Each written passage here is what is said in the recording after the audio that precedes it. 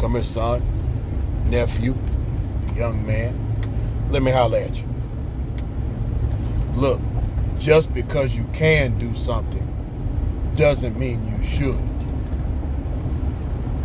As a matter of fact, the Apostle Paul in the Bible talks about just because, or he says how just because you have some liberties that you can take, or just because you have some freedoms that you can take in Christ, that doesn't mean you should. And that's why a lot of Bible-believing people, and a lot of Hebrews in particular, get a bad rap, because they take advantage of things they shouldn't take advantage of. All things are lawful, but not all things are expedient. All things are okay, but not all things are good, basically. And you know, I deal with a lot of young men, so I can give you some example from a young man's life. Okay. Just because you can win that fight, that doesn't mean you need to hit that person. Just because you can have a job, even though you need to be studying, doesn't mean you really need the job.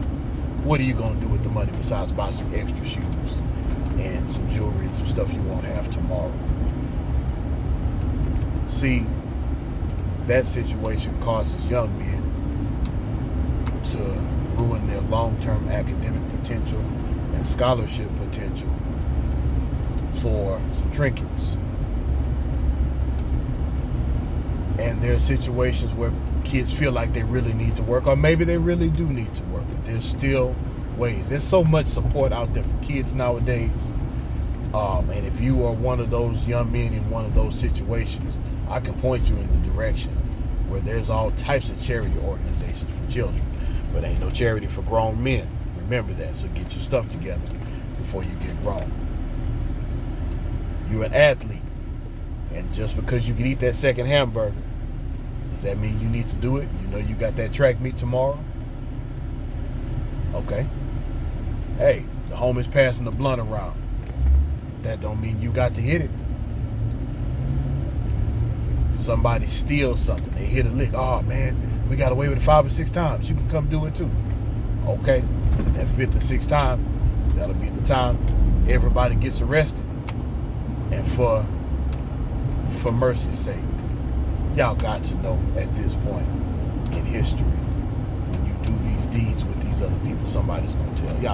Y'all got to have figured that out by now. Excuse me. Yeah, you can make that joke in class, but is it really necessary? What about younger men? You're above 18 and you're up to whatever age. Okay. Yeah, you can go sleep with all those women. But what about pregnancy scares, or having a child and being stuck with a woman in your life for 18 years who really isn't worthy of being there, or who just doesn't need to be there? Yeah, you can get some more sleep, but you could be working overtime. Yeah, you can take those classes and get those skills and make some more money, and you should do that. But you could also decide you want to go hang out and party, go be social, go spend the money that could have been on the classes and go on some trip, and now you don't have that money. Yeah, you could clock in and walk away and not do any work, but what about if you get caught? The point I'm trying to make is this, gentlemen. It's kind of like that movie American Gangster, where the Chinese drug lord is talking to Frank Lucas, and he tells Frank Lucas before he takes that last trip that ends up eventually getting him arrested, hey, quitting while you're ahead and quitting is not the same thing.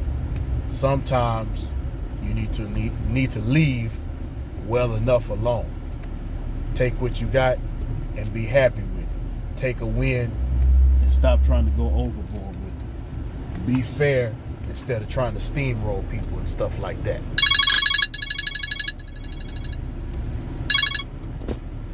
Take all those things into consideration, gentlemen, because once you go too far with the situation, at that point the consequences are your fault. And now you've taken a winning situation or a decent situation and you turned it upside down and turned it on your own head. Be smart.